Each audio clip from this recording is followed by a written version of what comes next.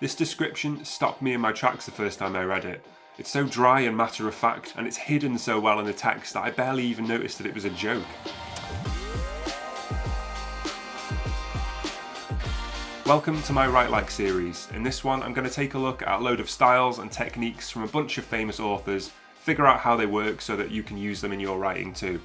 This is just a pilot episode, so if you want to see more videos like this or less, let me know in the comments below. Before I get started, my name's Kieran Westwood. I write flash fiction, short stories and novels. I make 2 writing related videos a week. They're all aimed to help you get better at writing along with me, since I'm always trying to improve my writing.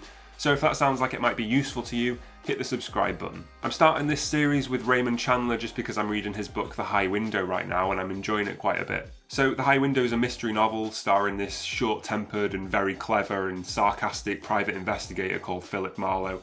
I've read a few Philip Marlowe mysteries by Raymond Chandler, and what strikes me about all of them is not how the mystery unfolds or how the plot unravels, it's how they're written. They're full of dry humour and witty observations, and the first technique I want to focus on is something I've taken to calling the ironic anti-hyperbole.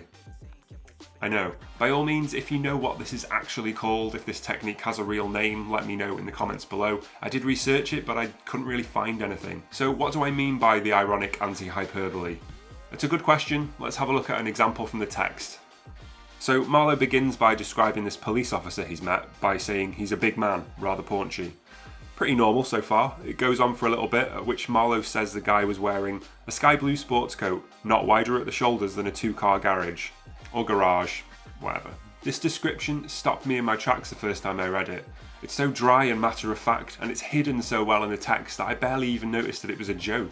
Imagine if he just said that the jacket was wider than a 2-car garage. It's not half as clever, it's not funny, and it's just a bit mean, and the hyperbole in it is really obvious. By adding not in there, so not wider than a 2-car garage, it brings that hyperbole back down to earth, but it still benefits from that image that it creates in your mind. Not to mention it's a great piece of characterization both for the narrator who's saying it and the character that it's describing. This is fairly typical of Philip Marlowe's description. It's just like a snarky little joke between you and him that makes a paragraph of standard description way more interesting, and it gives the character a bit more depth than it would have if they just described his clothes in general. This kind of irony or sarcasm or whatever it is shows up a lot in Raymond Chandler's writing, especially in his dialogue. His dialogue is full of witty retorts and sassy exchanges, and all of his dialogue is a great lesson in how to add to the plot and move the plot forward while also being entertaining and adding characterization. Take this example where the same cop from before with the big sports coat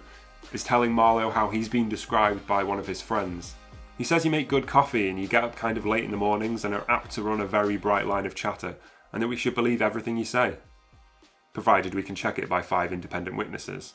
This adds so much to dialogue that could be otherwise really ordinary. The cop could just say, "Why should I trust you?" or "My friend told me not to trust you."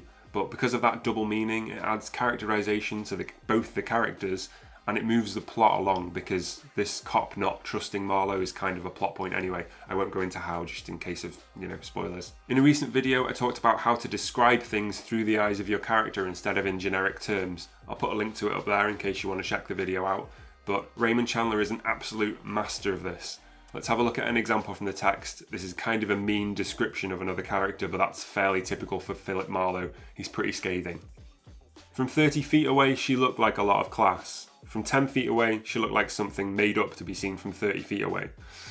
So obviously that really burns for that character, but isn't that description way better than a paragraph about what she's wearing, or the angle of her nose, or the shape of her cheekbones? It tells us what we need to know about that character. This is Marlowe's unfiltered first impression, and it drags us right down into the scene because it's so direct. What I've taken away from Raymond Chandler's writing is a reminder to always see things through my character's eyes.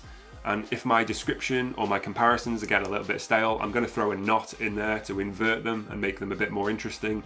I'm going to add a little bit of sarcasm and snarkiness just to make descriptions a little bit more entertaining to read. Do let me know what you think of this type of video in the comments below. If you want to see more of them, I can gladly do 1 or 2 a month, and you can suggest authors for me to cover if you want. But if you'd rather I stick to the general writing stuff, that's absolutely fine too. Don't forget to hit subscribe if you enjoyed the video. Thank you so much for watching, and I'll see you in the next one.